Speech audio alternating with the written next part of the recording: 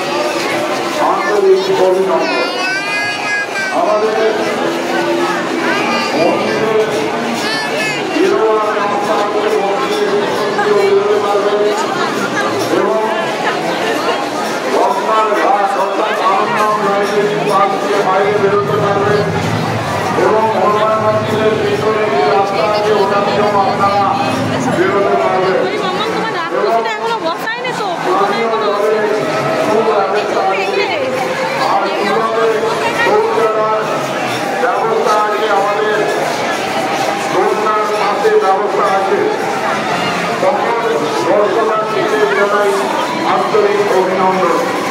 আমাদের মহিলা এবং মহিলাদের জন্য মহিলা এবং পুরুষদের জন্য আমরা আমাদের হসপিটাল মাঠ থেকে সবাই আওতায় আছে।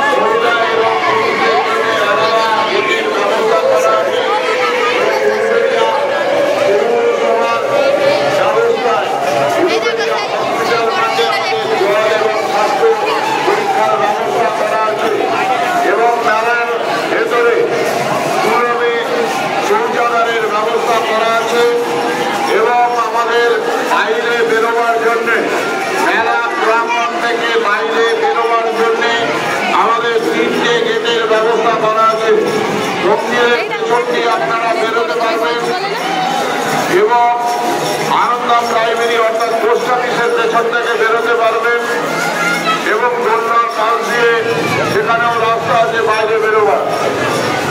সকল দর্শনার্থীদের জানাই আন্তরিক অভিনন্দন। সকল দর্শনার্থীদের জানাই আন্তরিক অভিনন্দন।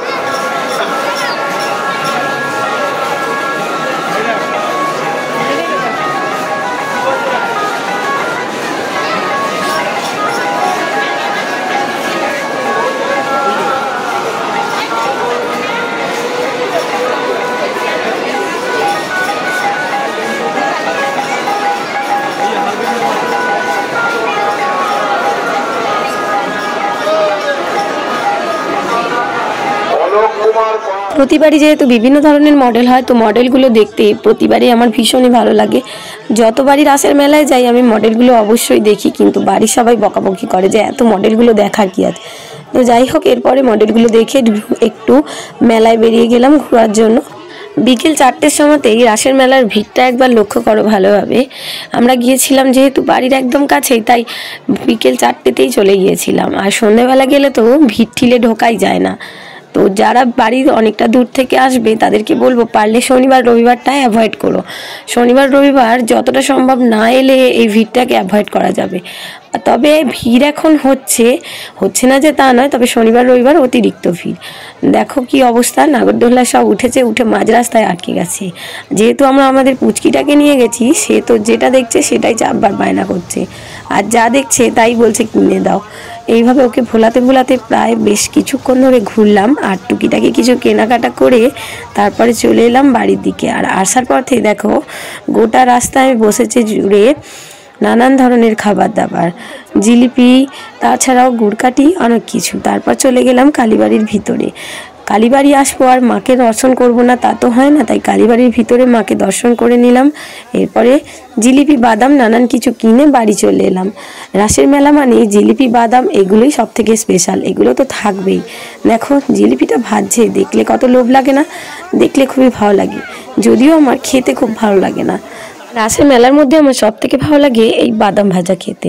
তো যাই হোক, বাদাম কিনে সেদিন আমরা বাড়ি চলে এলাম। তোমাদের ভিডিওটা কেমন লাগলো অবশ্যই জানিও, ভালো লাগলে একটি লাইক দিও, আর পারলে একবার রাসের মেলায় ঘুরে যেও।